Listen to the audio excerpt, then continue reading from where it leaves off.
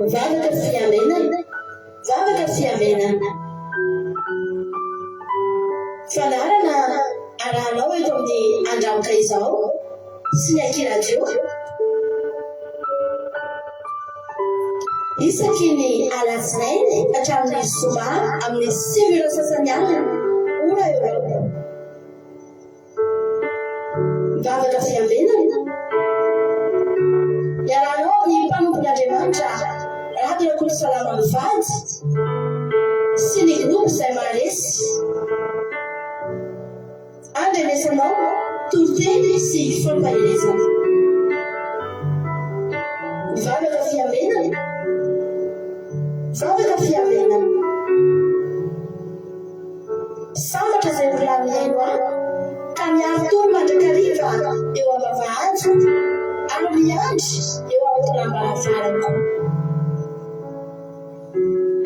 Ny alohan'ny fiamenana amin'ny alina ny maso mba hisaisainako ny teninao. Mivavaka fiamenana. Mivavaka fiamenana.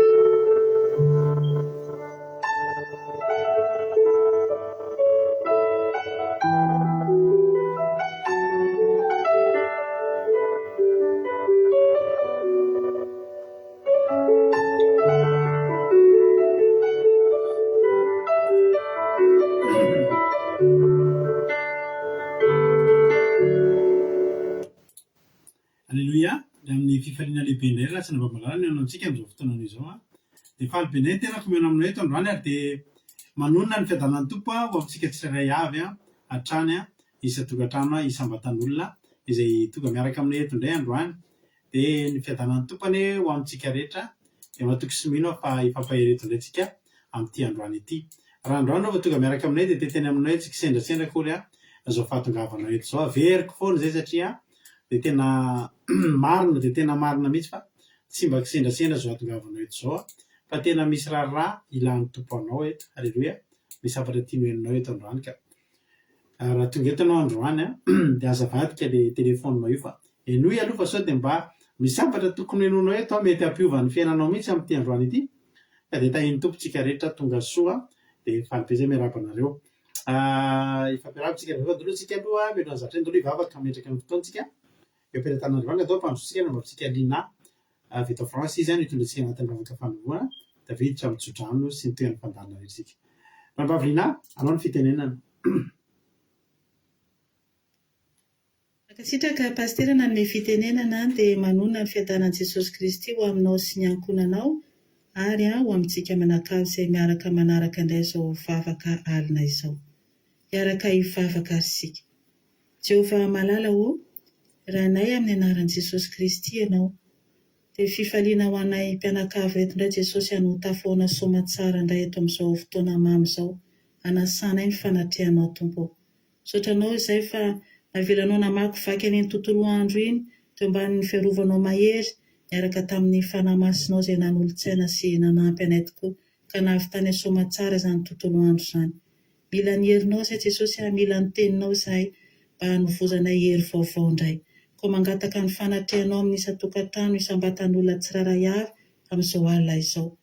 Tendreo ny lela mpanomponao amin'ny alalan'ny hafatao izay ampitanao aminy Jesosy ary eo ihany koa pastera izay amelabelatra ny teny rehetra tena hoe andray izay Jesosy ho tanononaka ny fonay ka tsy taka ny nidiranay teto no ivoahanay Jesosy afangany ny dian'ireo namanay ihany koa tompo malalo mba ho tonga soma tsara eto. Okany ny rano sosarobidy Jesosy no andrakotra sy anadio anay anafaka izay fampetipetenanay andrakotra ihany koa ny fitaovana rehetra izay ampiasana Jesosy dia okany ianao fanamasina hiasa dia amin'ny anaranao Jesosy anaovana izany vavaka izany. Sotra tompo. Amen. Alleluia. Mankasitraka ny andranam-bavy Linatsika amin'ny vavaka mamy be nefa atonony tsara mihitsy ny halavany. Alleluia. Tsara be mihitsy ny vavaka. Tahiny Jesosy dia maharetatra amin'ny farany isika rehetra tombosa dia mitombofa savana zoklina dia mahereza foana amin'ny asan'ny tompo izay ataonao. Salama fafito ambin'ny folo dia ny fafito sy fahavalo ary ny fahasivy no tsodrantsika androany. Salama fafito ambin'ny folo dia ny fafito ka hatramin'ny fahasivy. Salama fafito ambin'ny folo dia ny fafito ka hatramin'ny fahasivy no tsodrantsika. amin'ny anaran'i Jesosy mivaky toy izao manao hoe ataovy magaga ny famindram-ponao mpamonjy amin'ny tanàna kavanana izay olona mialoko aminao mba tsy ho azo ny fahavalo.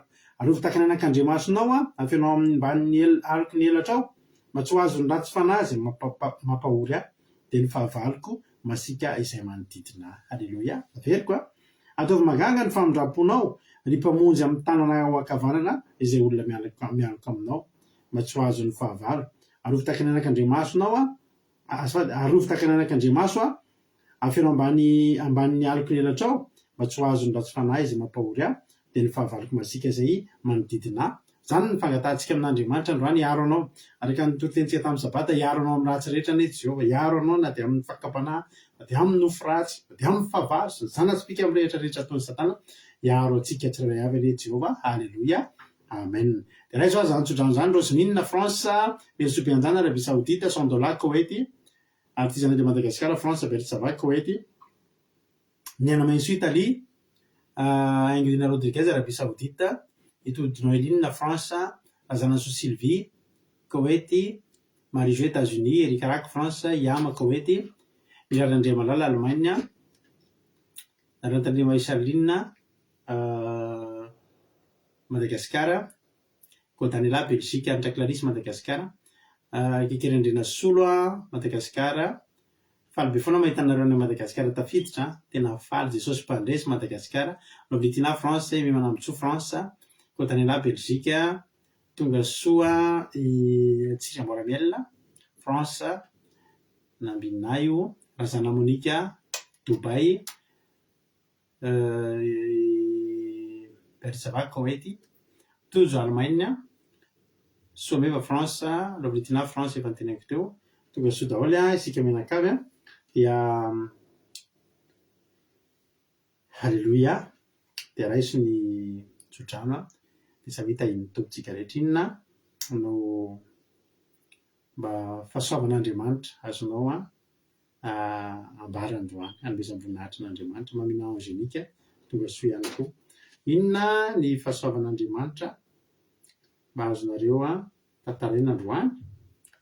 Na dia fahasoavan'Andriamanitra halleluia tsotro izao fotsiny fahasoavan'Andriamanitra ny ainako androany misy zavatra izay tena hoe mahakasika fo izay ataony porofony mihitsy hoe zanako sy asan'ny tanako dia tena niraisy ny adidy indray ny zavatra niraisy ny adidy indray teo amin'ny fiainanay androany dia nahafinaritra be ny tahin'Andriamanitra ny fiainana ka dia isaorana azy ho azo ny voninahitra dia tahiny tompo tsika rehetrarehetra anao hira anankiray tsika dia ao anareo mizara ny izay tsodrano azonareo zaraina azonareo ambara ka dia minofinaritra atao ary tsika rehetra dia alefatsika ity hira ity atolotra tsika rehetrarehetra ampitiavana be mihitsy ity ity dia minofinaritra daholo tsy dia matetika entsika eto izy ity fa androany izy atolotra anareo manokana. Halleluia. Minofinaritra daholo ary tahiny Jesosy.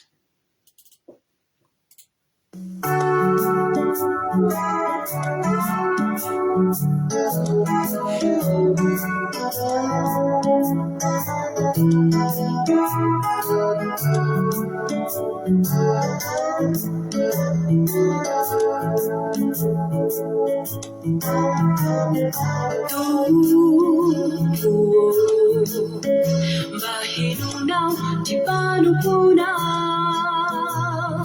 Famindalau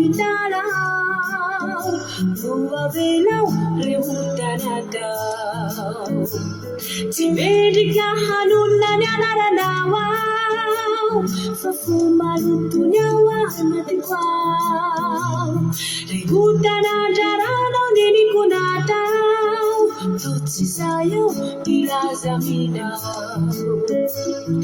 Fantatiani elefa Fabefetia bananau Babili reusa nifuna minau Misautana wafufata Tufate ya iyanau Uwabilau revutanadau Nalani nyandu tamini rejaredau Kanana dinu nyana janadau Nanitsa-kitsa-kira ufanekena Sinambika iraudidina Tapako ankehitriny farala vetranao dia tsy haiko ny hanao ny sitrapolao reo ady soko rehetra Jesosy ao raha sitrakao vao avelao reo danadao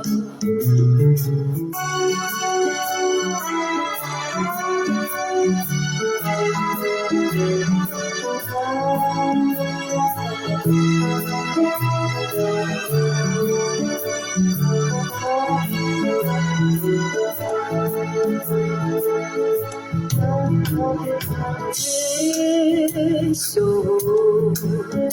di fivavako eloinao famitalao famaniry ao anarakanao findiko ny anana fiainana vaovao dia fiainana miaraka milao sabatra finarindreo anilanao minoafa miaino ianao reo fikasako rehetra apetrako eo aminao tsy hisy fanahinao anatyko ao tazony mampinitana ko tompo mba tsy handao fa maniry ao hanarakanao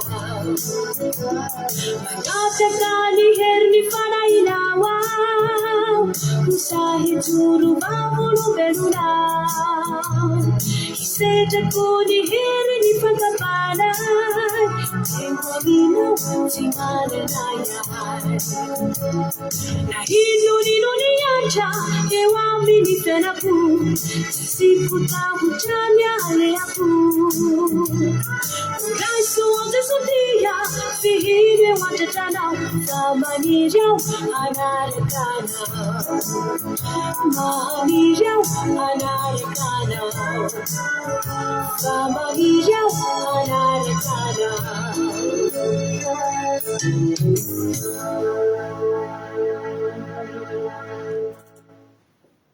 Alléluia.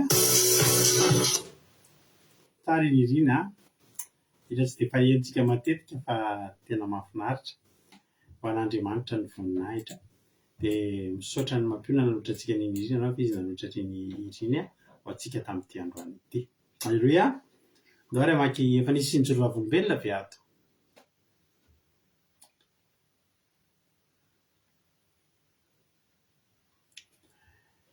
Ranabavy tonga soa ihany koa kadaka France hoy Berta hoe misaotra an'Andriamanitra ny lamina ny tontolo andro ary tsy be asa ary nandraizy sahazanay mianakavy velonaina ho an'Andriamanitra reny ny voninahitra amen. Hoy lina hoe alléluia makasika anareo rehetra tamin'ny tema alléluia.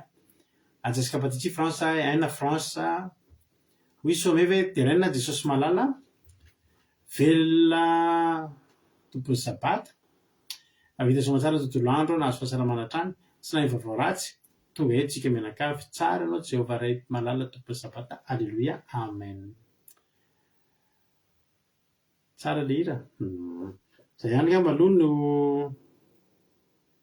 hoy todinelina misaotra an'Andriamanitra nio fa mbola venazy mianakavy nomeny vola sakafo ary tafo sy tonga soeto indray dia voninahitra ho azy irery ihany. Rozominina hoe voninahitra Andriamanitra n'Andriamanitra voninahitra misaotra ny tompon-lehibe na ny fitahiny fa manome izay sahaza izy alléluia. Hoy rika hoe alléluia raiko Jesosy fa mbola nomeny tombonandro izay mianakavy kely sady narovany teny an-dalana na dia tempête be aza taty aminay dia tafody soamatsara tato hatrany izay efa mianaka amen. Netany aminareo nisy an'ilay tempête iny ohatsy ny hitako izy iny fa taty aminay aloha tsy nisy. Hoy koa Daniela alléluia misaotra an'Andriamanitra Jesosy malala fa mbola omeny fahasalamana sy heritanjaka sy tombonandro fa velona sady voaray fa velona tombonandro fahavelomana azafady tombonandro fahavelomana sady voaray ny karamako tsara ny tompo voninahitra ho azy irery ihany alléluia amen. Tsara be zany. Hoy ame voninahitra n'Andriamanitra ihany fa hatratra izao fotoana izao feno fiarovan'ny tompo ny tontolo andro tsy nahay ny loza voninahitra ao an'Andriamanitra irery ihany alléluia. Hoy lina hoe Alleloia, voninahitra ho an'Andriamanitra. Alleloia, velona Jesosy fa nafinahitra ny fiverenana ny asa. Nilamina koa ny tontolo andro nay menakavy kely, narovany tamin'ny loza sy ny rovo rehetra izay tapoana somatsara ato trano indray. Diraina Jesosy voninahitra ho azy reriany. Amen. Honazy izy tojo, velona Jesosy fa afaka nanaraka vavaka maraina androany, dia afaka nanaraka vavaka fiambenana ihany koa. Nisantatra tamin'ny vavaka ny tontolo androko, dia farana ny vavaka ihany koa. Alleloia, isaorako an Jesosy. Ary koa Jesosy fa nilamina sady vita somatsara daholo koa ny adidy amandra raha rehetra natao. Dia diraiko koa Jesosy niaro anay menakavy kely sady nameny anina saza ho anay. Alleloia, tsara Jesosy. Rodriguez, alleloia, velona Jesosy noho ny fiainanay menakavy kely androany, nanome anay izay rehetra nilainay izy ary nomba anay tanteraka tamin'izay rehetra, tamin'izay natao rehetra. Alleloia, amen. Hoerantarindrina amin'ny Charline hoe velona Jesosy, ary diraiko izy tamin'ny nanam-piny ay nahavitako ny asa tsy nety vita efa ela be. Alleloia, tsara Jesosy. Ny anay amin'izao alina zao no mandrivotra be aty Olina, aty aminay aloha isaorina Jesosy mbola tsy tonga. Hoy mihaja hoe diraiko Jesosy raha nikarakara taratasy androany, da nahita fity amin'ny olona, nahita fity ny olona mbola lahatra be, fa za kosa tonga dia raisina sy nikarakara ny taratasy dia vita somatsara amin'nisaotra Jesosy fa tsy nilahatra be. Halleloia, amen. Tsara daholo zany ho an'Andriamanitra ny voninahitra isaorantsika Jesosy tamin'izany fitahiana sy fahasoavana rehetra izay niraradraraka afaka nanambarantsika ny voninahitra teto izany androany. Halleloia. Andoharantsika hiditra amin'ny tenin'Andriamanitra avy hatrany izay entin-dranabavintsika mihaja mitondratsika amin'ny tenin'Andriamanitra androany. Andohary mentsika azy avy hatrany fitenena dia avy eo amin'ny velona eto mamelavelatra ny tenin'Andriamanitra. Hoy zokiaja hoe misaotra anao Jesosy nalaminao tsy mila mivoaka ny trano androany ny andro aty aminay, dia sady nangatsika be no malama be ny lalana. Dia aty aminay fa malama be koa androany, efa orana reny taty aminay androany, tsy hita ihany. Claude Arazaka tonga soa ihany koa. Claude Arazaka dia nisy olona ray vaovao koa hitako teo ndrasonge, nisy olona ray hitako izay teo dia alao ara-ben'izy no mbola eo. Ohatran'ny hoe Norbera izay ilay izy, Norbera kely ny Jesosy Sara, tonga soa Norbera kely ny Jesosy Sara. Mba soatarina izy misy anao mba hiara-panay anao manaraka. Alleloia. Ndao ary tahito ary zay ranavavy mihaja anao ny fitenenana amin'ny toriteny. Mankasitraka pastora amin'ny fitenenana manonona ny fiadanan'i Jesosy Kristy tompony sabata antsika tsiraray avy ny tenako amin'izao taona vaovao izao. Tahin' Jesosy pastora menakavy, tahin' Jesosy isika tsiraray avy tonga manaraka izao vavaka fiambenana alina izao.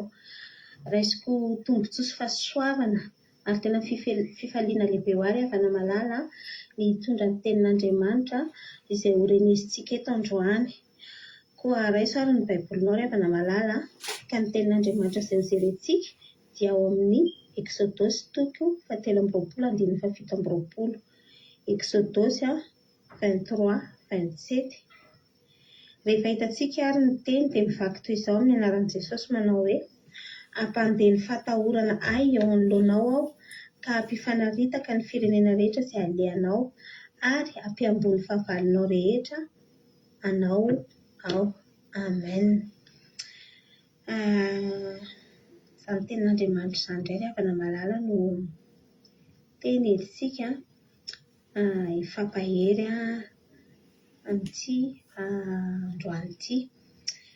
Ka ny sora-mandresy ambony manao hoe ny antoan'Andriamanitra hiaro ny zanak'Israely sy hamponina azy soamatsara ao amin'ny tany Kanana. Alleluia.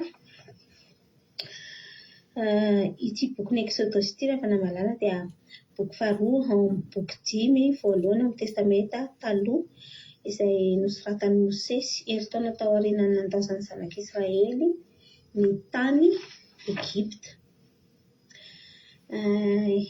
Ity boky ity izay mitantara ny amin'ny fanafahana amin'ireo Hebreo sy ny amin'ny fivezivezeny tany an-tany hevitra. Ity boky ity ihany koa dia maneho ny fisian'ilay Andriamanitra mpanafaka lehibe teo amin'ny zanak'Israely. Ny bokin'ny Exodus dia nosoratana ho an'ny zanak'Israely tamin'izany fotoana izany, nefa azo atao ihany koa hoe natao ho antsika zanak'Andriamanitra amin'izao vanim-potoana ny andro farany izao ihany koa. Ny teny hoe Exodus dia midika hoe fiainganana, fialana. Koa amin'izao taona vaovao izao ry havana malala dia fotoana fialana amin'ny zavatra tsy araka ny sitrapon'Andriamanitra ary fotoana hiaingana vaovao indray amin'ny fiarahana amin'Andriamanitra. Raha ny soramandry ny vakiantsika teo mantsy dia tena mampahery no sady mahavelom-bolo satria Andriamanitra mihitsy eto no mampanantena ny zanak'Israely fa hiantoka sy hiaro azy ireo tanteraka. Eto ity tenin'Andriamanitra ao amin'ny 5:7 dia miresaka ny amin'ny fahavalo.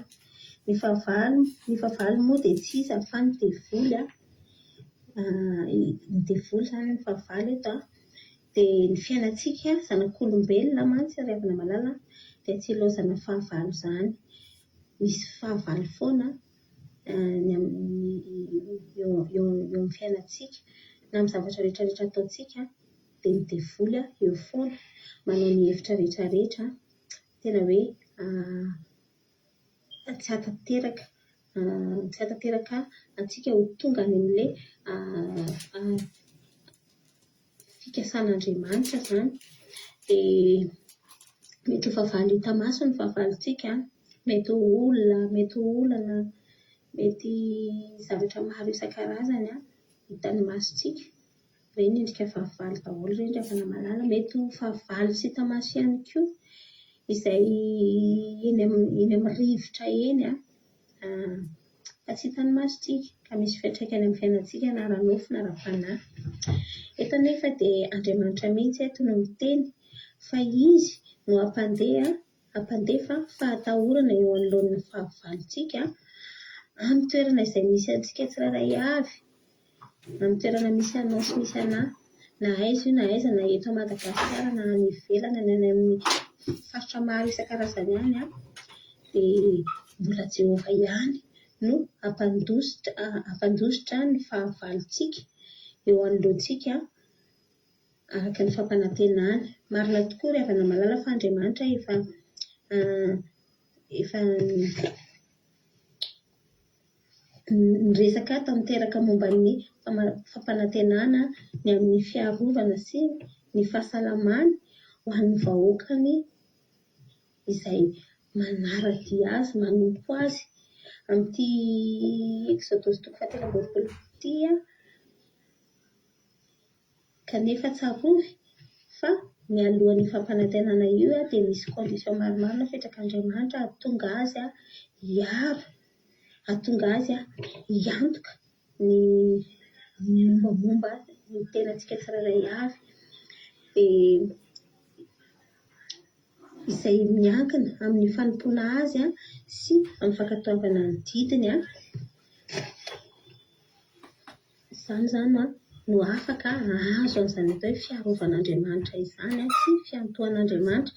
Jehovah mihitsy mantsy ry havana malala no mampisy tahotra sy orooro eo anoloan'ny fahavalontsika raha toa isika manaraka tsara izay rehetra nodidian'Andriamanitra antsika. Aleloia. Andriamanitra ry havana malala dia tena mampiseho ny mampiantoka lehibe azy ka manao ny fomba rehetra izy mba hahatonga antsika tafatoetra tsara amin'ny fiarahana amin'Andriamanitra ka hahatonga antsika amin'ny fiainana mandrakizay, izay hahatonga antsika amin'ny tanjon'Andriamanitra, izay ny tena tanjon'Andriamanitra. Dia tena ilaintsika ny mandeha amin'ny fahatahorana sy ny fanaovana sitrapon'Andriamanitra ry havana malala hahatonga ireo fahavalontsika ireo hiamboho eo anoloantsika dia ho an'Andriamanitra tanteraka isika amin'izany satria mahankatoa manaiky an'izay zavatra rehetra lazainy dia mora amintsika no tonga any amin'ny fampanantenan'Andriamanitra dia ny hampiolona antsika amin'ny tany soa sy tsara dia ny fiainana mandrakizay izany. Dia ino ary havana malala fa efa fotoana izao tena handraisantsika, hanapahantsika hevitra atongatsika tena hoe hiara-ndeha amin'Andriamanitra hanapa-kevitra hankatoana azy dia atonga n'izany fiantohana sy fiarovana eo amin'ny fiainantsika izany Andriamanitra dia mankasitraka antsika rehetra ny aino hatramin'ny farany dia tahian Jesosy daholo tsika rehetra. Aleloia, amen. Aleloia, mankasitraka indrindra anao nanambavy mihaja atao anatin'izay vavaka mamy be izay toriteny mamy be izay noentanao izay dia Andriamanitra manaka-pahasoavana anie maro fiteanao mitombo ositra mitombo fahasoavana hatrany dia mahereza foana amin'ny asan'ny tompo ranambavy mihaja. Aleloia. Sotrana rehetra ihany koa mampahery azy amin'ny fisaorana sy fankasitrahana fa ireny mampahery ny ankizy daholo ireny. Aleloia. Marie Gilda Koet tonga soa, Felana Rakoto France, Claude Razaka efa narabaiko tonga soa, Aimé Manambotso tonga soa. Aleloia. Théodore Exodus na hoe fahafahana fanafahana Exodus toko fahateloambroa. Mahafinaritra be ty verset manomboka ny amin'ny andininy faharoapolo satria io soramandry zany tena tonga dia mampatoky be mihitsy so hoe soramandry hoe ny niantohan'Andriamanitra hiaro ny zanak'Israely sy amponina azy somatsara amin'ny tany Kanana. Niantohan'Andriamanitra zany hoe nareo efa nareo efa misy fotoana nareo miteny andanareo efa zany miantoka raha manino nareo tena zany tsika mandeha ianao miantoka raha manino zay zay mandeha any mandala fa zany miantoka tsy maninona io dia matoky ianareo misy olona miteny an'izany rerera izy ihany fa eto Jehova mihitsy no miteny endany za miantoka anareo za hiantoka.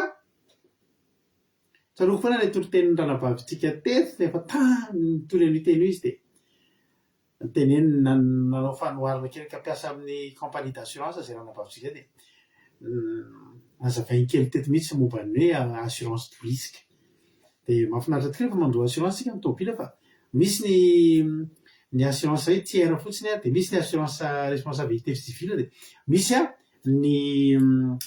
ny assurance tout risque. Ny assurance tout risque zany ninona mahazo an'iny tômôbilinao iny na rétroviseur vaky dia soloina na may iny tômôbila iny dia vidininy ny assurance rehetrarehetra.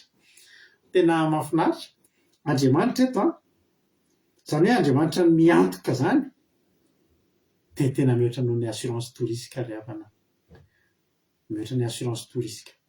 Rehefa mahasarotra be aminay raha vao tsy misy assurance tsika raha voatra ianao tsy misy assurance tadidiko mihitsy misy namako raha mivarotra tômôbila taminay taloha client zay zany olo zany ozy nareo tena tsy misangy an'izany resaka assurance zany. Indray andro izy nitondra moto ny zanany moto tsisy assurance dia nandona olona dia naratra ny tongotra le ndaty moa filaza satria olona avy any Tuléar zay naratra ny tongotra le ndaty dia teo amin'izay teny le ndaty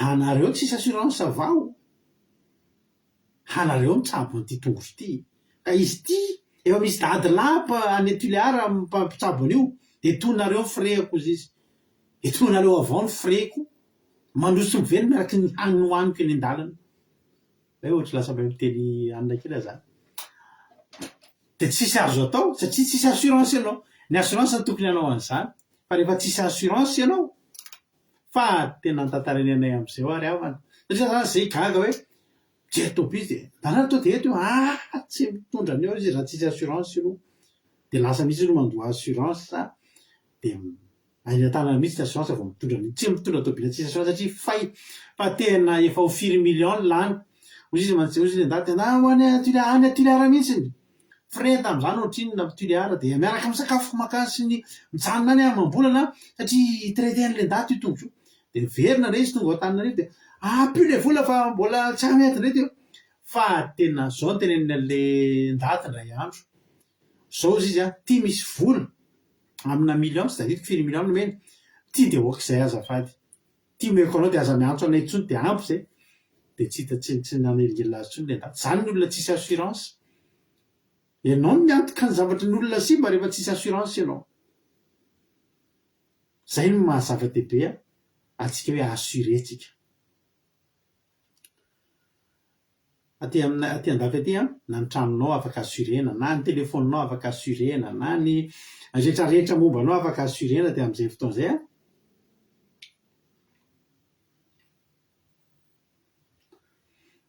Alléluia. Na rehefa iarezaka avy dia mahafinaritra mena hoe misy olona hiantoka zay lany sao dia roa andro ireo dia efa manadikibo marina mihitsy zany. Andriamanitra zany tena hoe miantoka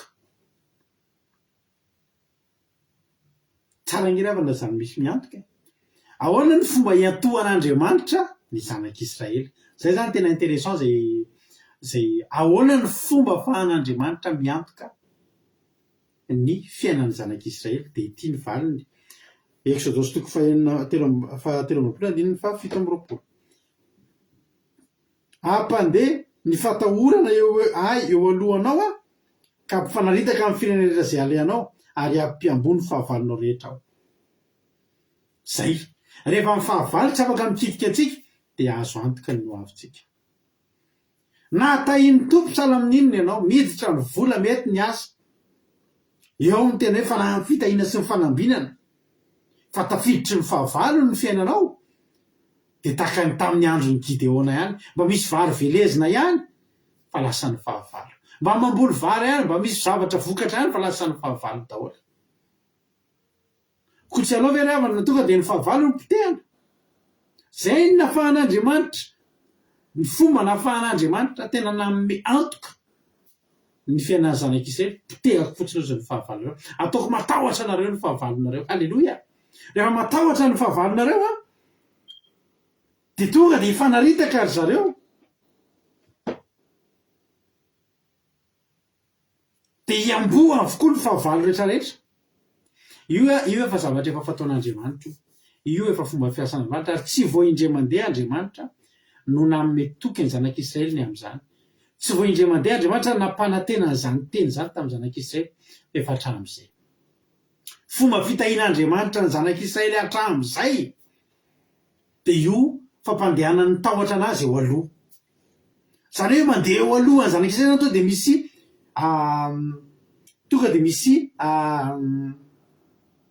fatahorana an'Andriamanitra. Tonga dia misy zavatra mampatahotra.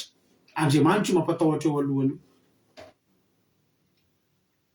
Isika jerena amin'ny Exodus ambadika kely eo 5:10. Exodus 5:10 dia 9:11 hatramin'ny 5:11. Exodus 15:14-15. Hoy ny ten'Andriamanitra, mandre ny firenena ka raiky tahotra, hovitra ny mahazo ny mponina ny Filistia. Ny Filistia tonga dia mangovotra any alavitra any fa mare zavatra be dehibe momba ny Jehova. Nalaza nge rehefa nazao fahagagana nataon'i Jehova zao eritreretinareo fa ny zanak'Israely vao avy letika tao anaty ranomasina ny Egyptiana sy ny Farao, mbola tsy nisy kory olona tamin'ny zanak'Israely na dia niazakazaka tany aloha tany nijoro vavolombelona dia efa reniny olona rehetra manodidina izay rehetra nataon'i Jehova tamin'ny zanak'Israely. Tsy misy olona nandeha nitantara tany fa inona keny natonga an'izany? Nataon'Andriamanitra reniny firenena rehetra. Jehova mihitsy no niteny, Jehova mihitsy no nilaza tamin'ny olona tany izao ny ataoko tamin'ireo. Ny zanak'Israely mbola tsy nanam-potoana niazakazahana ny jorona vavolombelona izany, fa ny olona vatany ihany tonga dia matahotra anazy fotsiny, tonga dia nareny laza ny Jehova. Janak'izany revany tamin'izany nge tsy mbola nisy hoe internet na Facebook hoe misy manao story dia hitan'ny olona fa amin'izao fotsiny reny ny olona niovitrovotra amin'izay ny Filistina. Fa maninona nareo mangovotra? Aminay ilay izy sisy. Alleluia. Jehova zany any ambadika any zany misy olona mangovotra aminao io, misy fahavalonao any ambadimbadika any, tsy teneninao akory, tsy sininona ataonao akory fa tonga dia efa mangovotra izy any. Tamin'ny andron'i Jakoba any amin'ny Genesis zay hoe efa fanaon'i Jehova io fa tsy ho vao tamin'io. Fa tamin'io kosa rehefa anamafy, rehefa anome toky momba ny fiantohana ny zanak'Israely dia io fotsiny naveriny, io fotsiny namafisiny. fifafiasan'i Jehova. Genesis 3:5-telopolo. Genesis 3:5-telopolo. Andiny voalohany. Ny Soa dia nankanesan'i Jakoba tamin'ny Betela sy ny sehon'Andriamanitra tamindray. Amin'anarany Jesosy, Genesis 3:5-telopolo. Ary hoy Andriamanitra tamin'ny Jakoba, mianga miakarama any Betela ianao ka monena any, ary manorena alitara any ho an'Andriamanitra izay niseho taminao, fony ianao nandositra ny tavan'ny Esau rahalahinao. Dia hoy Jakoba tamin'izay tao an-tranony mba amin'izay rehetra nomba azy, ary io re Andriamanitra hafa izay ao aminareo, dia madiova sady hovainy fitafianareo, ary andeha hiainga isika ka hiakatra ny Betela, ary anao alitara any ho an'Andriamanitra izay niaino tamin'ny andro ny fahoriako, ary nomba tamin'ny lalina izay nalehako. Dia natolony teo amin'ny Jakoba ny Andriamanitra hafa rehetra izay ny tanana sy ny kavina izay teny antsofiny, ary dia nareviny Jakoba teo am-potry ny hazo teribita teo akaikin'ny Sekema ireo. Dia lasa nandeha izy, ary nisy tahotra avy amin'Andriamanitra nahazo ny tanàna manodidina, tsy ny Filistina intsony fotsiny fa izay tanàna rehetra manodidina. Ny fahavalo dia afaka tonga amin'ny fahazatany efatra, afaka avany aloha, avany arina, avany ankavia, avany ankavanana, na atsimo andrefa na atsinana na avaratra. Reo zany misy risika daholo reo. To dia izy Jehova to dia aparitako amin'ny manodidina. Ary lasa nandeha izy, ary nisy tahotra, avaizy tahotra io avy amin'Andriamanitra. Jehova zany eo an-danitra ao mamafy tahotra ho amin'ny fahavalontsika. Haleloia. Tonga dia ny tanàna manodidina dia voalazany tena Andriamanitra, nivelatra be mihitsy ny fiainan'i Jakoba, niparitaka ny zanany, satria niparitaka teny rehetrarehetra mandeha ny amin'izay tiany re, fa tsy nisy nikitika satria nahoana, tonga dia natahotra nanaovan'i Jehova azy. Haleloia. Tonga dia natahotra nataon'i Jehova anazy. Ary ireo rehefa Jehova no maniraka mandefa ny tahotra, Jehova tsy mandefa tahotra amin'ny olona kely zany. Isika zao ohatra ny olona kely no isika dia efa matahotra isika ho azy. Ianao zao raha misy olona kely tena mahikely dia kely fitevany lazolazo ny tazony eny, dia rehefa dia mbola mila ampitahorina vao matahotra anao,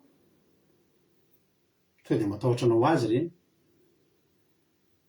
Ny andefasan'i Jehova n'ilay tahotra dia zao. Deutéronomia 1:20. Deutéronomia 1:20, andiny 17 sy 18.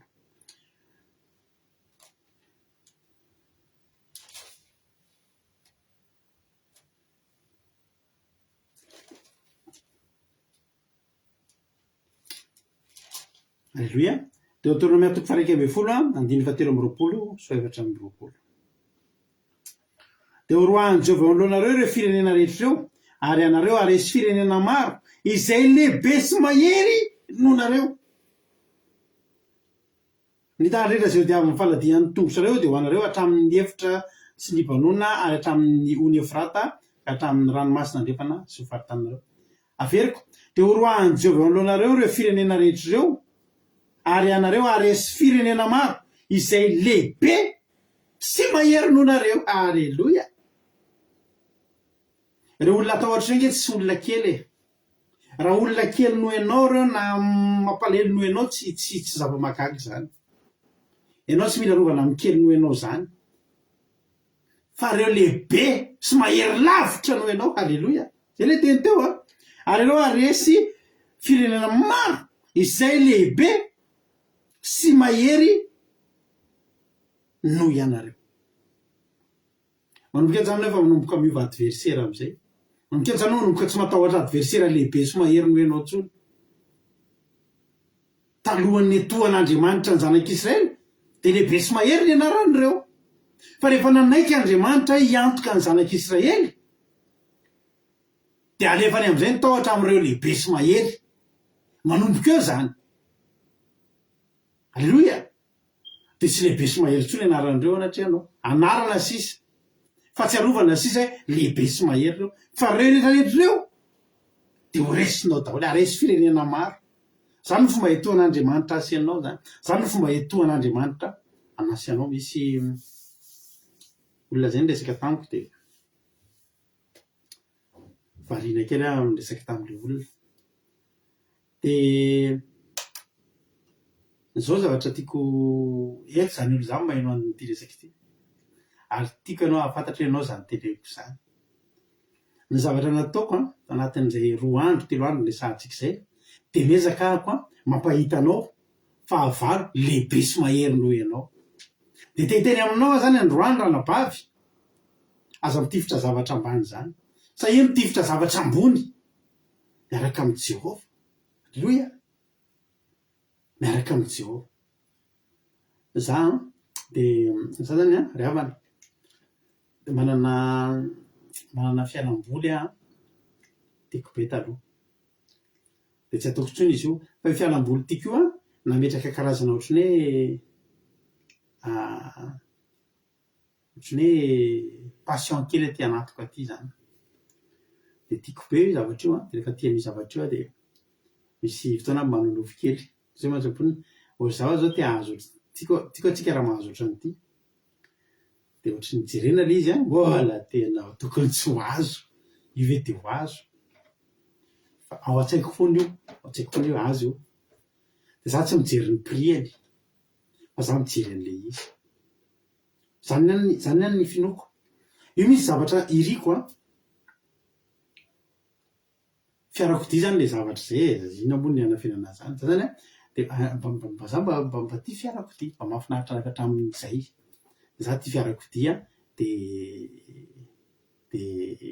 ankoatran'i Jesosy zany de anisan'ny zavatra mahafinaritra anahy io sady asako raha teo moa io fa le hoe anay manokana mihitsy zany de zay mahatsapony za tena tiako atsika raha mba mahazo ohatry ity de jerena fa le vidiny izy tena mbola lafo be daholo mihitsy de za tsy mijery an'le vidiny fa jereko le tena tsara de zao fotsiny eo an-tsaiko raha tian'Andriamanitra ho azo ho azo anitsika halleluia, azo anitsika. De za misy olona resahako de za raha tiako isariana ny sainy olona io tiako iloha hijery ohatr' zao. Ianao raha miaraka amin'Andriamanitra aza mijery miditra ohatr' zao hoe mijery zavatra fa manana vision ianao sa io mitifitra sa io miandrandra zavatra ngeza ngesako io Andriamanitra io de hitsofoko rano amin'io mihitsy nitsika rehetrarehetra androany hoy izy tena Andriamanitra hoe aroroahan Jehova anoloanareo ireo firenena rehetra ireo ary anareo aresy firenena maro izay lehibe sy mahery no nareo. Ianao ve naresana izy? No ny fandroahan'i Jehova an'ireo, no fandefasan'i Jehova fampitahorana an'ireo no ahafahanao mandresy an'ireo. De androany zany za teny amintsika hoe azaotsika mba hanana zany fomba fijery zany. Rehefa misy zavatra fotsiny mety aminao, misy zavatra tanjona tianao atao de aza mijery hoe ngeza be io na mahery be io fa apetrao amin'Andriamanitra fotsiny. Raha tetodika am'le olona teneniko teo, alleluia, mba manaova zaima kely aty amin'ny MP ako raha mba mahafantatra anao ianao le teneniko zany le olona zay manomboka androany zany de zao mitifira zavatra ambony. Hitanareo rehefa misy zavatra tanjontsika raha tanjona eo amin'ny fanitsy aminao hoe eo amin'ny nivoanao de tsy tena mampientanentana zany fa ny tena zavatra mahafinaritra le manakatra zavatra ambony be le tsahany olona takarana le nao miteny hoe io ve de vitako sarotra ihany Jehova nge miaraka amintsika, Jehova nge miaraka amintsika. Misy zavatra zay zany mba neritreretiko indray andro de zao zavatra teneniko ohatry ny kivikivy mieritreritra an'izy de zao fotsiny teneniko farany nampionona antsika Jesosy zavatra tsy hain'olombelona atao hainao atao halleluia, zay fotsiny. Raha ohatra fahavalo kely noho ianao no ataonao resinao, nataon'i Jehova resinao nefa Jehova zao no mombanao de na ianao ary nambany an'i Jehova ve jaly fotsiny kay ve zay nivoan'i Jehova, nivoan'i Jehova zany tonga de ambony be zany. Ary Jehova raha hampandresy anao mba tena hatonga anao, halleluia, mba tena hatonga anao tena hatsapa mihitsy tsy za io fa Jehova, halleluia, amen. Soatranao voarainao le hafatra tiako zany nareo tiako ianao tsika anana vision ambony satria zao hitovy amin'ny olona ihany nge tsika raha ohatra hoe mitovy amin'ny zavatra resin'ny olona ihany resitsika azonareo le izy hoy Jehova zany raha hiantoka anao androany de zao hiantoka anao izy iantoko anao fotsiny tsotro zao izy. Ny zavatra teneniko amintsika dia zao, ny zavatra rehetrarehetra io iainantsika io mino fa betsaka aminareo ny afaka hijoro vavolombelona androany, fa betsaka amin'ny zavatra iainanareo reo amin'izao tsika miteny zao tsy nieritreretinareo kory iainanareo, tsy tao anaty programanareo kory ny iainan'io fiainana iainanareo io. Fa rehefa nivavaka nareo nanoatra ny fiainanareo an' Jesosy nitoko tamin'Andriamanitra, zao anao vao tena ienjana ndray ty zany, tokoa moa ty zany ty ohatr' zao, satria nahoana androany Jehovah eo anoloanao ny firenena rehetra, ary ianao dia haresy firenena maro tsy anankiray ny projet ny nofinofo ny tanjotsika rehetrarehetra ireo maro. Halleloia, ho ataony Jehovah. Amen. Halleloia, ho ataony Jehovah. Maro zany nge betsaka ny zavatra tanjona tsika atao na ho ana, na ho an'ny vadiko, na ho an'ny zanako, na ho an'ny ankonako, misy zavatra maro tiako atongavana amindreo. Ho Jehovah, halleloia, haresy firenena maro izay lehibe sady mahery no lehibe. Halleloia. Ary zao ty ampahaizako anao ty maro eo amin'ny baibolinao ty verset teneniko ty androany, Deutéronomia azafady, Deutéronomia ao aloha ihany, toko faharoa.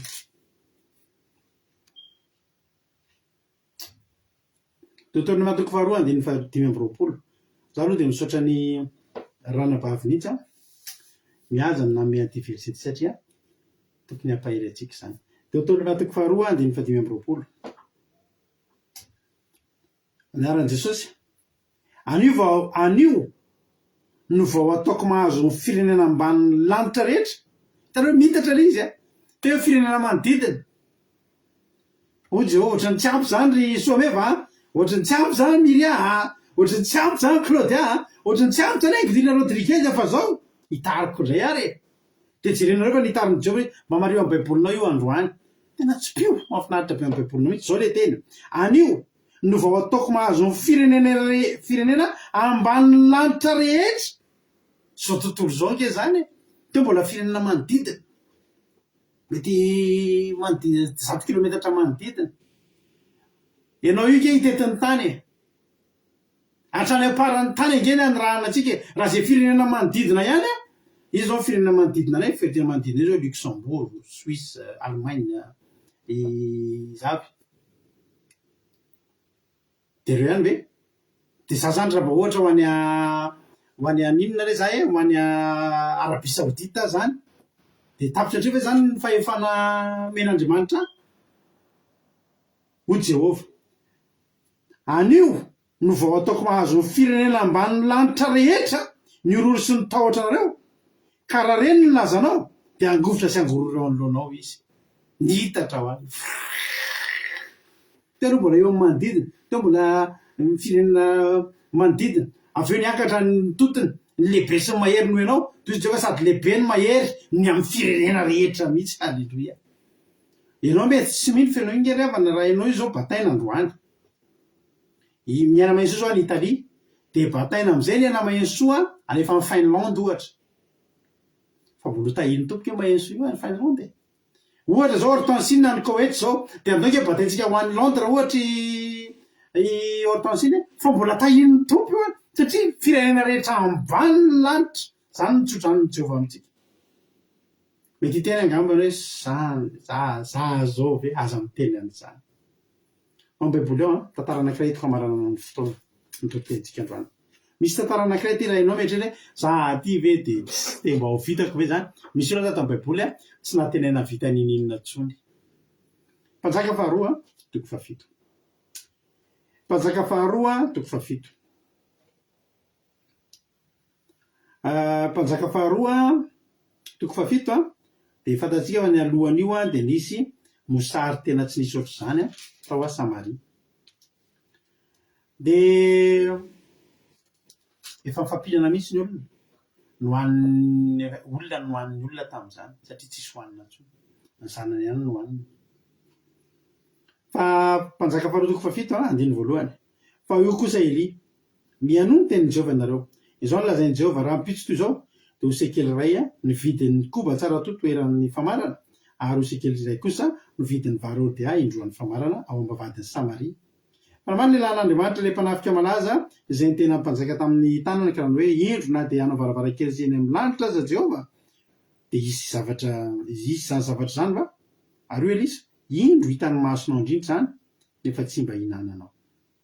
Aza manao takan'io le miaramila io ianao rehefa teny torina ianao androany ianao io andresy firenena mahery sy lehibe lavitra anao ianao dia aza hoe zany koa hoe dia tanteraka rahalarado raha vao manao an'izany anao dia izy ny tenin'Andriamanitra ahita maso ianao fa tsy hinana.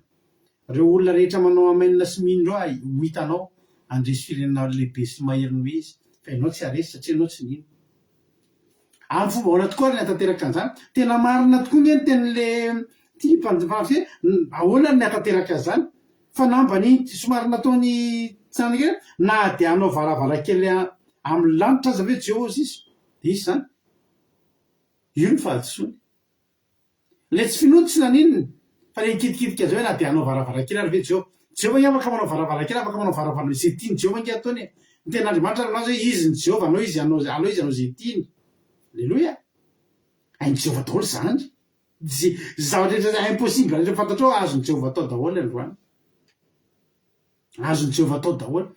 Za taloha nisy fahavalo zay dia rehefa hoe iona any amin'ny polisy dia tamin'ny alina iny ny eritreritra sady mivavaka raha zao nino no maty le fahavalo zany maty any izy efa taty arina ilay izy vao maty fa tsy misy zany zavatra eritreretinao hoe eritrereto daholo manao ianao lisy tana zavatra impossible eo amin'ny fiainanao androany. Misy fotoana miteny aminareo amin'ny finoana hoe soraty daholo ny projet ny zavatra ataontsika zao androany dia zao manaiza indray anao taratasy fotsy zao dia mieritreritanao zavatra tena hoe irinao nefa tena hoe impossible mihitsy ny hatanteraka an'izany.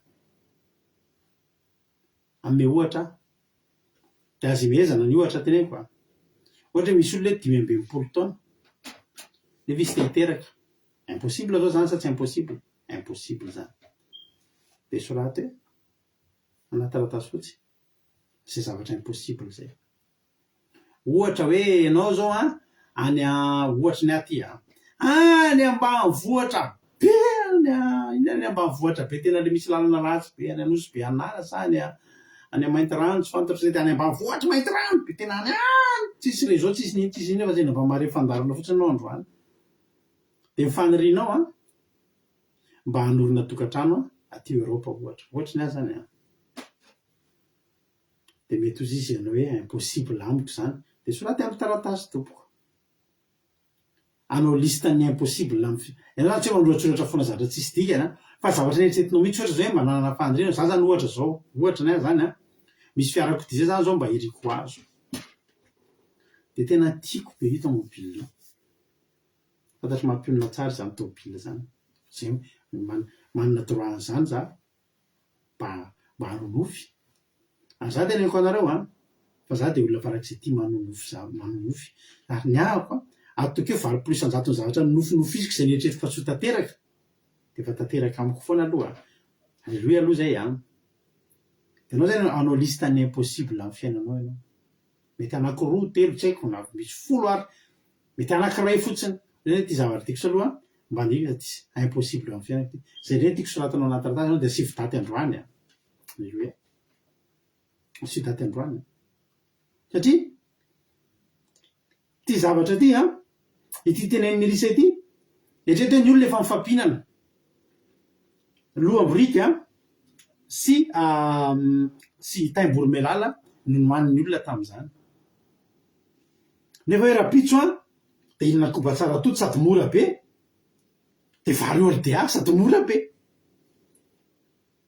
impossible zao zany ny tokony nataony ty lehilahy ty zao dia niteny fotsiny izy hoe ahoana ny hatanteraka an'izany raha nijanona hatreto tsy maninona tsy efaka manontany an'izany kapasité atsika kely tsika tsy be edin'Andriamanitra nanteny ahoana ary zay zany ny fanontaniao ahoana ary ny hatanteraka an'izany fa tsy mahazo miteny indro na de ananona ry fety Jehova de zay tsy mety fa ianao afaka manontany mihitsy hoe ahoana koa ny atanteraka na marina ny fanontaniany ty miaramila ty ary afaka manontany tsy mbola fahotana izy hatreo hoe ahoana reny atanteraka an'izany ozy izy sara ahoana reny atanteraka an'izany efa za efa nitsatra tamin'ny fombam-behivavy efa tsy mahalala latsony ahoana reny impossible an'izany azo atao mametraka an'izany fanontaniana tsy fahotana mametraka an'izany fanontaniana zany fa ny miteny kosa hoe zavy de vitan'i Jehova zay ny fahotana de soratiny impossible soratiny impossible satria de impossible io zavatra tenen'ny Elisy io fa ahoana tokoa raha fomba hatanteraka an'izy de any amin'ny zavatra tsy ampozina mihitsy satria zao andininy fahatelo nisy boky Efata reo zany ny sujet androany inona hoe boka Efata betsy androfana azo lazany hoe tsisy ilana anazy boka Efata zany boka tolo izy efatra ary reo efa tsisy nilana azy tsony tamin'ny fiarahamonina tsy sitina sain'ny olona tsony mosary ny sitina sain'ny olona fa tsy sain'ny olona tsony boka Efata zany anisy boka Efata teo anolohan'ny vavahady ny fampiresaka hoe ahoana nipetrahantsika foana eto mipetraka foana zany mipetraka tsy misy atao efa olona tsisy atao tsony zany efa tena hoe en fin de vie zany efa tena hoe fa tena tsy manana ho avy ninina tsony zany ohatriny hoe volona volomborona ary mbola azo anaovana kilalao porozy fa ina re zavatra tena tsisy ilana azy tsony ohatry ny ravina maina reo boka Efata reo tsisy nilana anazy tsony fa amin'ny andiny fahatelo anomboka iresaka hoy ny tena loatra ary nisy boka Efata iainga avy eo am'ireo nefa ny fahasoavan'Andriamanitra le miracle le zavatra impossible zany tsy miainga avy any amin'ny Elisa tsy miainga avy any am'le miaramila mahery tsy miainga avy any amin'ny mpanjaka fa izy hoany boky Efata zany ohatra ny Hortensine ohatra ny Tody Noeline ohatra ny Erikarak raha mihoatra am'ireo olona matanjaka sy manana maizy azy reo endriky ny boky Efata tsika reto fa za de teny aminao androany miainga avy eo aminao ny tantara raha mino ianao de iainga avy eo aminao ny tantara androany satria iainga avy eto tsy mbola nisy nyresaka an'ireo boky Efata reo tao amin'ny baiboly reo izy efatra amin'ny rahalahy reo tsisy nyresaka an'ireo tsy mifanena tamin'i Jesosy reo ka tsisy nyresaka an'ireo tsisy tantaran'ireo amin'ny baiboly ao jereo raha mitady anao tsisy an'io hoe any amin'ny Levitikosy na any amin'ny Samuel voly tsisy miresaka reo amin'ny boky Efata zany fa reo boky Efata efa teo reo efa ambonambony entana teo reo tareo efa mivarotra fripy misy volona mpivarotra kiraro fripy de rehefa tonga ny vita ntsena de averany le fatina kiraro be deaibe zay zao amin'ny orinasa isanay mpamboatra kiraro de misy fotoana manamboatra ila kiraro fotsiny atao modèle de misy fotoana arina reo kiraro vaovao be fa ilailany daholo amin'ny gony be deaibe de arina ny amin'ny fanariam-pako de somezy raha zao any mahafantatra olona hoe manana kilema be deaibe de alaiko reo tsy ariko hoe olona efa tongotr'ila daholo zany mandeha hoe namana tonga de omeko daholo kiraro vaovao be mbola tsy nandehanana zany fa anankiray daholo foana fotsiny anao to de droite daholo na gauche daholo de arina le izy malahelo anao kiraro cuir tena tsara tarehy be reny arina tsisy ilana azy manary am'izany foana isaky ny firy volana arina misara sao mampatatra namana tonga de anareo tongotr'ilany de avy eo amena kiraro amisaotra betsaka tsy maintsy arina de efa ohatran'ireo kiraro reo ke zany raha boky Efata zany tsisy ilana anazy reo na hanao raharaha hiasa eo an-tanàna tsisy ninona manakaiky olona ary tsy azondreo atao tsony mikisakisaka mandeha ny tanana efa mondry fa tsisy hitendry valia ve sa hitendry tsisy ilana anazy tsony misy olona zany eto mety eritreretiny eo an-tsamy izy tsisy ilana anazy tsony fa mihaino eto zany olona zany androany tovy amainina halleloia ary nisy boky Efata teo anoloan'ny vavahady tsy nampidirina tany tanàna ntsony reo efa navela maty any reo fa iainga avy eo ny tantara de ozy izy ahoana nipetrahantsika foana eto mandrapahafatitsika raha hoy isika atao tanàna sika de misy mosary eo tanàna ka ho faty etotsika ary raha apetraka etsika de ho faty ihany koa fandeha sika akany amin'ny tompony Siriana ka raha mamelona atsika izy moa de velona tsika raha mamona atsika izy de ho faty ihany sika olona efa manary tena zany olona manary tena saika olona manarinary tena daholo reo mbola tsy mponin'Andriamanitra atao lasa olona lehibe vehivavy lehibe sy lehilahy lehibe reo de lasa izy de niainga izy andiny fadimy rehefa takariva ka ny amin'ny tompony Siriana ary notonga teo antsisy ny tompo izy ino tsy nisy olona akory tao fa Jehova efa nampandremy miaramila ny Siriana ny fikodidian'ny kalesy sy mifandehan'ny soavaly de mifirodorodo ny miaramila be ary ndretsaky hoe zao fa ny mpanjakan'ny Israely efa nanamby mpanjakan'ny Etiopa sy ny mpanjakan'ny Egyptiana iady amintsika de niainga izy ka rivatra nandositra tamin'ny takariviny ihany ary nilozany fotsiny ny tompony de ny layany sy ny soavaliny ary ny brikiny ka lasa nandositra monjy ny aina izy boka efa da mikisakisaka pataloha amin'io efa le mitaritarika amin'ny tany fa zao nasiany Jehova feo mampatahotra ny lalana andry zareo tonga de feo ana soavaly grodgrodgrod feo ana soavaly sy feo andihy be dehibe tena efa sabatra tonga de moatra ny feo ana miaramila mirodorody be tonga de nitsoaka ny Siriana tonga de nitsoaka ny Siriana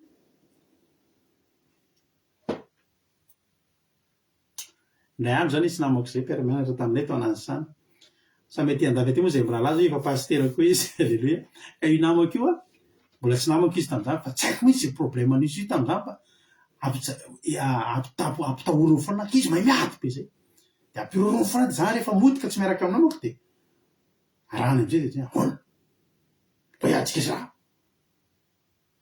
zany tsy samy ady aminazy de aby mba iady mbola kely zay tam'izany de tena matahotra be foana mihitsy zany de ndray andro amizay nandeha rery variananao babifody de taraiky fodina de nody midina amin'iny ominy amizay ny lalako tonga de tampotampoka izy eo arinako tao amizay adytsika sy raha de ndreo flaikisako mody nitodika ako de mody nisika avita moly fa io izy io mo de motra hoe misy namako atsa avita de izy tsy jery ninina fa tonga de ohatrany zay tonga atao zany hoe misy namako be dehibe ao nefa tsisy nizaniza tanarina fa zay zany reflexe tonga avita moly amizay fa io izy io tonga de lasa izy zao tadidiko mandrakitina androany tongotra katoka lasa soka hoa zay olona zay tantaraiko anazy zany rehefa taty samy amin'ny fitorité fa meme fotsiny zay fa lasa samy lasa mpanompon'Andriamanitra lasa izy tsoina izy tsy nijery tsisy nizaniza akory taorina fa to zany sainy de foi tena misy mety na feon'olona be dehibe satria avita moly amizay hoa fa io izy io lasa izy mitsoka lasa namako amizay izy taorina zay tsy sananao ninina latsy nefa tsisy nizaniza fa ohatrany hoe mba zay zany le mba tsisy ninina tsisy nizaniza ty za rehefa za rehetra fa mody nitoky eo de mody nisika avita moly amizay ohatry misy olona miafina zany efa nomanoka mona anazy lasa izy mitsoka ozy zany ohatry zany reto tamin'ny Siriana reto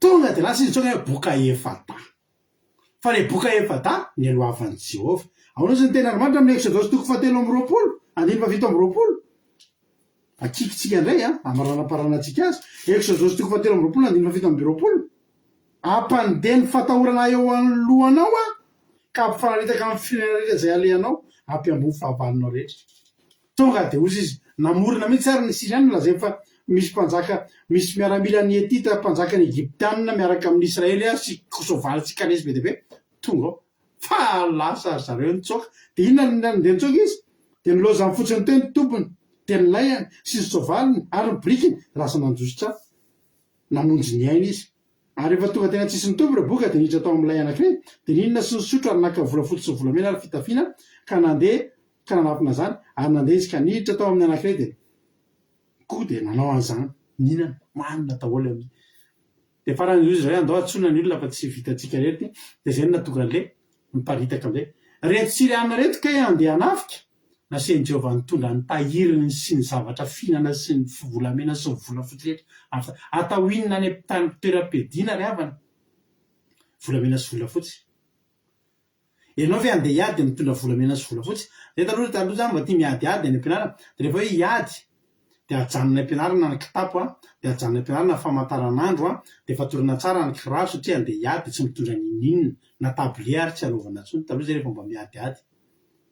Reto sy rianiny reto efa nomeny Jehovah tolotsay, efa nitenenan'i Jehovah eto daholo zay anananareo rehetra eto nefa andeha hiady fa ireo nentina mba ho avela ho an'ny zanak'Israely satria Jehovah ndefa fitahotra de lasa nitsoka zareo nihinana fotsiny amin'izay ny zanak'Israely tapotra ny mosary vitatreo ny mosary. Alleloia, ry havana. Ahoana le teny farany vakitsika teo anio vakiko farany Deutéronome atoko faharoa. Deutéronome atoko faharoa. Deutéronome atoko faharoa andimy fahatelo amby roapolo. Anio no ataoko mahazo firenena ambany lanitra rehetra no roso ny tahotrareo ka raha reny ny lazanao de angovotra sy angororo izy.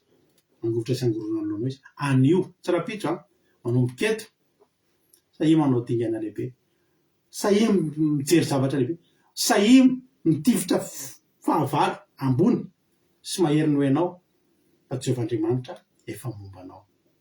Hotahiny tompony antsika rehetra. Matika fa voarainao ny hafatra raha ohatra voakasika anao nisy na voakasika anao de fotoana zao hoe zara fahatsapana adidinao no mizara fahatsapana mba mizara amin'reto olona rehetrarehetra ireto inona no nahakasika anao inona no azonao lazaina, inona ny azonao ambara, inony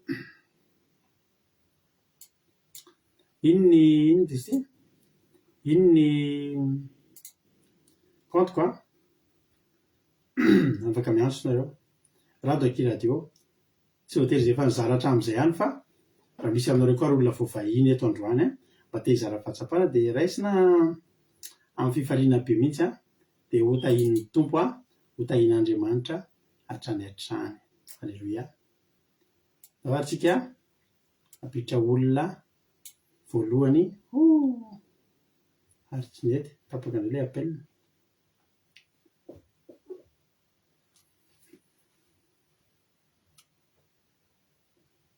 Alleluia. Raha ohatra ary ka efa ao raha navavitsika Angelina Rodriguez de atao menazy fitenenana inona ny azonao ambara, inona ny azonao lazaina anao fitenenana. Io mankasitraka pasitera name fitenenana de manona fetanan'i Jesosy amintsika rehetra de mankasitraka nareo menadako ny amin'ny tenin'Andriamanitra tena mampahery be mihitsy tena mahakasika be. Nisy zavatra voaraiko de hoe rehefa ny fahavalo no tsy afaka mikitikika fiainantsika de tena hoe milamina tsara mihitsy ny fiainantsika, tena mety tsara mihitsy de faharoa le hoe tsy mbola nisy ny zanak'Israely tsy mbola nandeha nijoro vavolombelona tany manodidina akory de efa reny ny herin'i Jehovah sy ny lazany de efa nahazo anazy ny fahangovitana.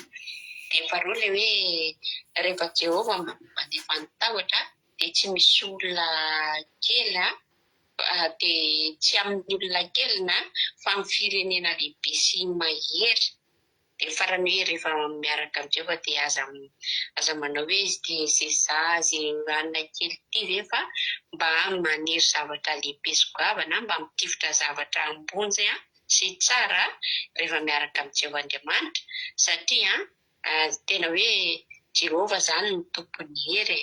De farany hoe amina andehitsika zany tena hoe itoky amin'ny tena hoe atoky an'izay herin'ny Jehovah zay fa takale boka efa dateto zao de olona efa takon'olona efa manahary tena fa reny indrindrany no ataon'Andriamanitra lasa tonga lehilahy mahery sy vehivavy mahery lehilahy lehibe sy vehivavy lehibe de izay tena nakasika be ana pasitera de mankasitraka indrindra tahiny Jesosy. Amen. Alleluia. Mankasitraka indrindra anao ranabavy Angodira Rodriguez tao anatin'izay fizarana fahatsapana mamy be mihitsy izay noentinao zay. Andriamanitra manakilay mpahasoavana ane maro fitianao dia mitombositra tombo fahasoavana hatrany dia mahereza foana amin'ny asan'ny tompo. Halleloia. Isika piditra olona hafa manaraka indray ary raha ohatra ary efa ao andranam-bavitsika Erika dia ventsika azy avy hatrany ny fitenenana. Inona ny azonao ambara androany Erika? Anao ny fitenenana.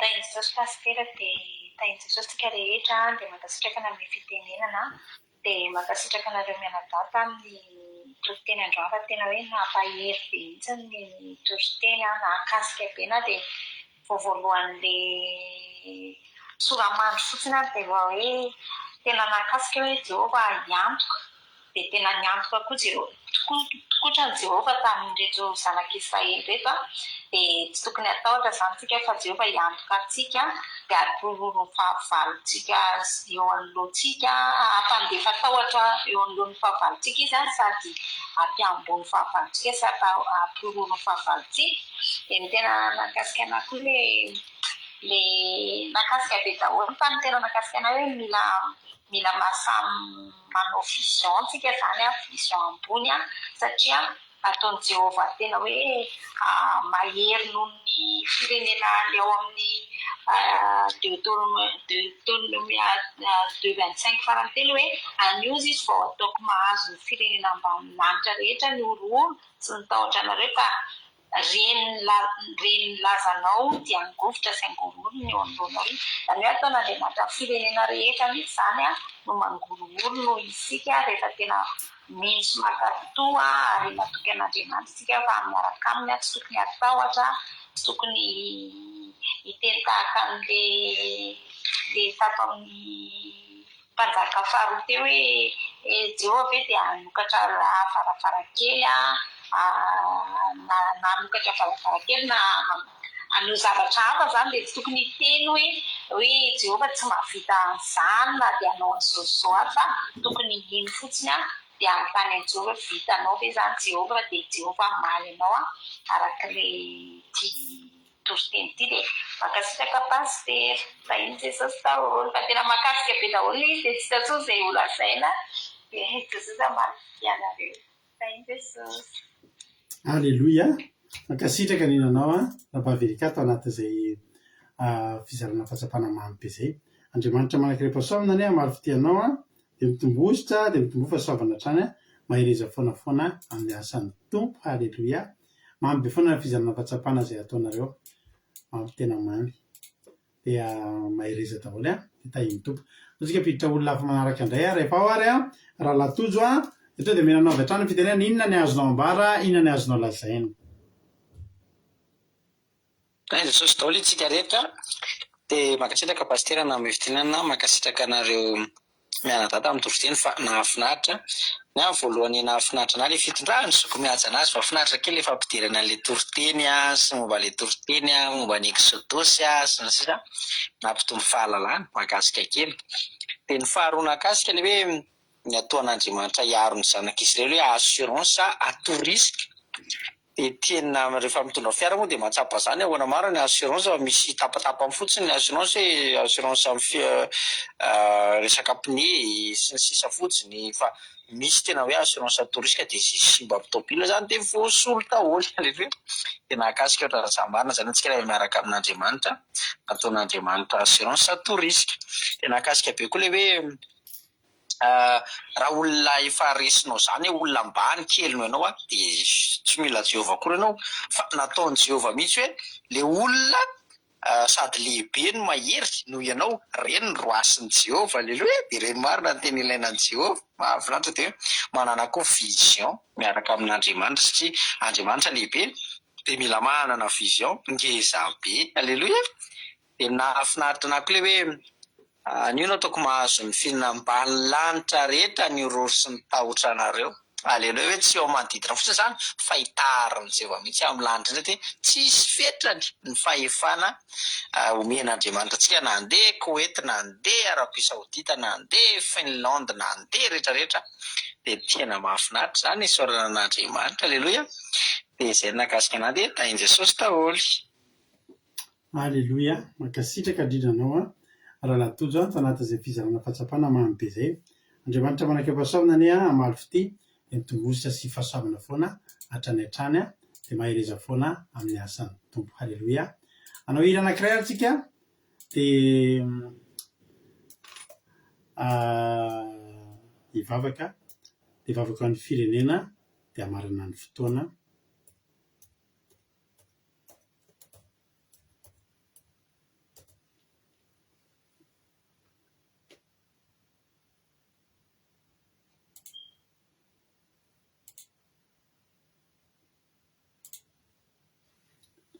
Atolotra antsika mpitiavana mihitsy ty hery ty aza manany ampitso ianao. Halleluia. Apetrao amin'Andriamanitra ny hoavinao sy ny fiainanao dia sahia manana vision ambony. Halleluia. Sahia manana vision ambony dia ho tahin'ny tompo meno finaritra daholo ary dia hivavaka tsika rehefa avy eo.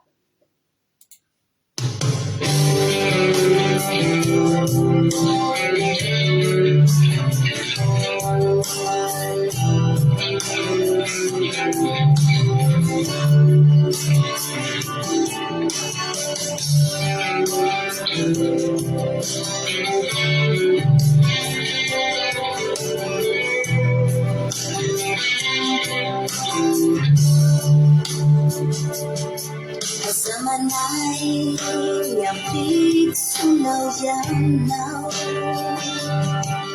fa tsy fantatrao zay aserony aokany lanitra bansininao isy tompo mijery anao mandrero fitarainao azamanay Namiwafinao yanao mbola maro atitinyanjanao usitasana sirono fianatinao tanumafya samanao Kristiniani vavakao Asamala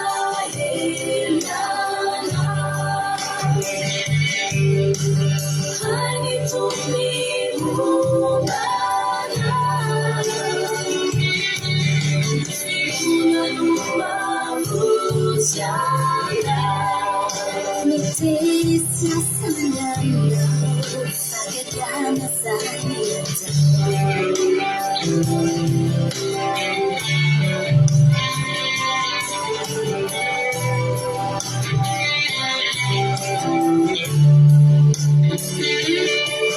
Samanay Nyampitsunao yanao fa tsy fantatrao saya serony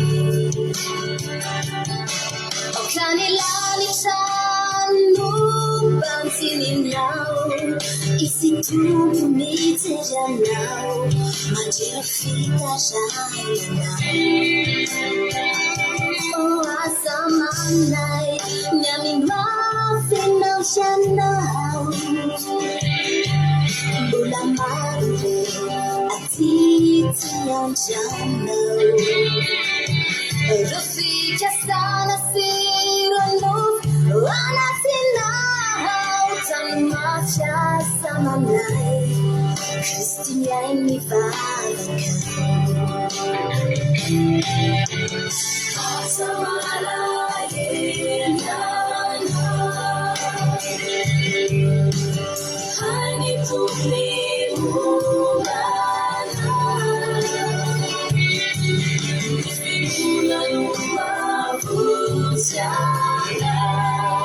Nitisia sayana Sagadana sayata Asamala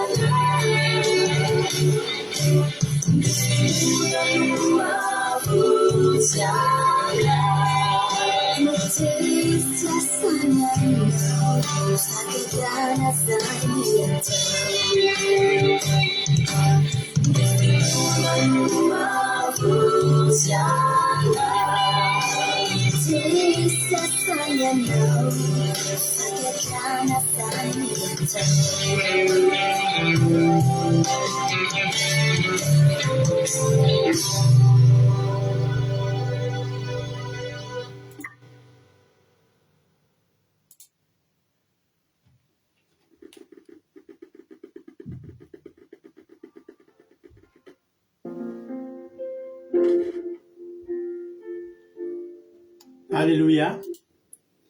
Misaotra anao Jesosy malala ny amin'ny fataterahany ny fotoana teto androany.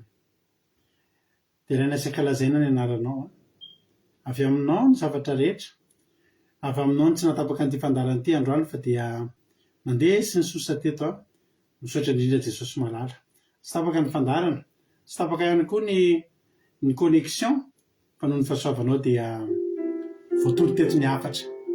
Tahiritra izao izany toro-teny izany mba hampahery anay, mba tena arahana hetsika tokoa anay izany, tena tsy hoe ny hery fotsiny izay dia nentanentana fa tena ho hainay ny hampiasa izany amin'ny finoana. Tena hoe aketo dia fahavalo lehibe sy mahery noho izay indray no raraka eo aminay. Miakatra dikana vaovao indray izay Jesosy amin'izao fotoana izao. Tarinao masina izany ary dia averinay ho anao ny voninahitra. Dia tahiry Jesosy izay rehetra tonga teto androany nandray izany teny izany mba tena hoe hiasa eo amin'ny fiainana izany, mba tsy ho veriverymaina, mba tsy ho angalarin'ny dana sy izany finoana tokony handraisana izany toy Jesosy tena hoe ho ambinina amoa avy zato eny aty anatinay tsirairay avy mba tena hoe ho fiainana mandrakizay Jesosy malalo. Nderany aja ny saotra sy ny voninahitra dia efa anao hatramin'izay dia mandrakizay. Betsaka mety zahatra tsy voalazanay ma mety tsy takatry ny sainay satria fohy ny fahalalanay ary kely ny fisainanay. Fa mangataka aminao Jesosy mba mihoatra lavitra anao izay mba mihoatreretinay anay Jesosy ho ataonao eo amin'ny fiainanay tsirairay avy. Mangataka Jesosy amin'ity androany ity hoe ho ka ny tanam-pahasoavanao mihitsiny no hikasika ny tsirairay avy. Dia amboly izany teny izany any anatinay tsirairay avy ho voninahitra ny anaranao rery ihany.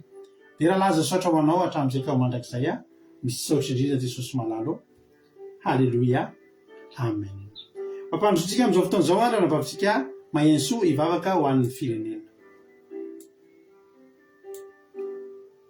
Alleluia, mankasitraka pasteur na amin'ny fitenenana aoka sika hiaraka hivavaka. Jehovah ray malalanay eo misaotra anao izay fa totosoama tsara izao vavaka fiambenana izao.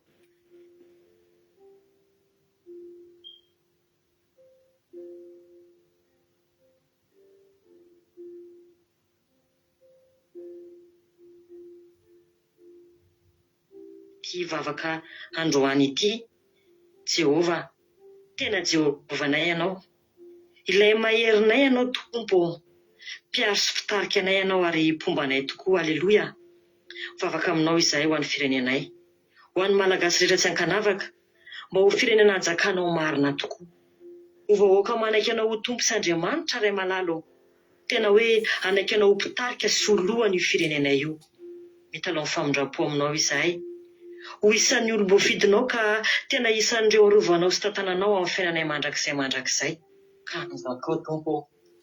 Mivavaka izahay ho an'ny fiainam-panahinay malagasy. Ho an'ny fiainam-panahinay malagasy rehetra tsy ankanavaka.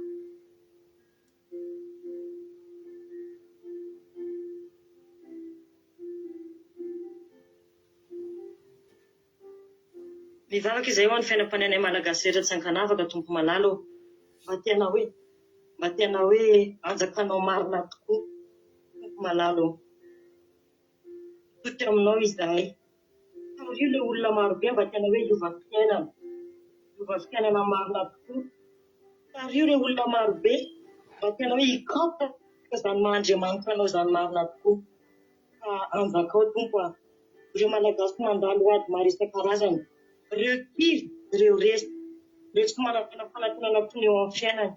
Ianao anie Jehovah ny tompo mahita ny zavatra rehetra. Possible ny zavatra ao aminao. Possible ny zavatra rehetra raha anjakanao. Ka izy ireo mba hanandrana an'izany tsirom-pahasoavana feno izany. Ka sy izy ireo mba tena hoe avoasambotra izany fahagagana lalina ao aminao zany. Tompo malalo asehoany voninahitra ao, ka igokany tsara indrindra ao aminao ny malagasy mbola tsy nanandrana an'izany. Mivavaka ihany koa izay ho anay tsirairay avy eto, ho anay malagasy manaiky anao ho tompo sy Andriamanitra, eny fa na dia tsy eto aza. Tompo malala, ampanjaka ao amin'ny fiainanay izany andrana, ampitombo ao aminay ny fitiavana anao fa lehibe anao.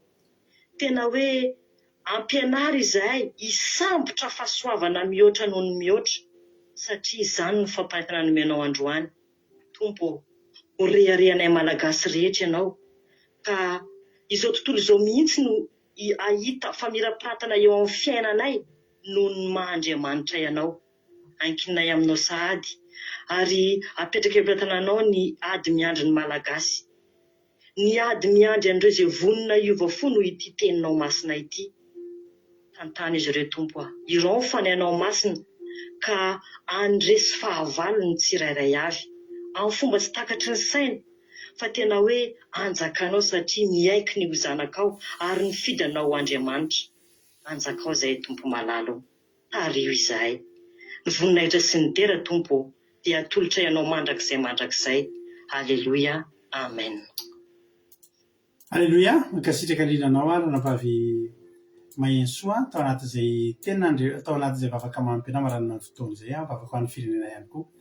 Dia misaotra ny mahensoa, misaotra betsaka ny ranambavy mihaja, misaotra betsaka ny ranambavintsika Lina ihany koa tamin'ny vavaka fanombohana toro-teny sy vavaka ho an'ny firenena. Misaotra nareo rehetra ny zara-pahatsapana, tena mamy be. Misaotra nareo rehetra tonga teto ihany koa, fa raha tsy tonga teto nareo dia nangingina teto izay. Dia samy misitraka ny toro-teny dia ampiaro ho voninahitra Andriamanitra. Tahiny tompo daholo raha mbola tsy tonga amin'ny roan'andro zao ka tahiny tompo firenena Soamantsara tsika dia honetintsika raha pitsoany la sasak'alim-bavaka fankalazana ny fahavalotaonan'ny fandarina andramika izao eo. Dia manasa anao manomboka ny valora sasany ny misy andrata raha pitso raha mbola diniana eo eny misy andrata dia avy eo ilay alim-bavaka kelintsika ho ataontsika eo raha pitso dia samy tahiny tompo daholo Aki Radio Point radio 1 2 3 4 5.com ahafahanao menonja-peo Aki Radio misy toy izay ny adiny telo amin'ny 1:07 amin'ny folo maraina amin'ny 1:07 amin'ny folo alina. Tahiny tompo daholo mahay resy avy. Amen.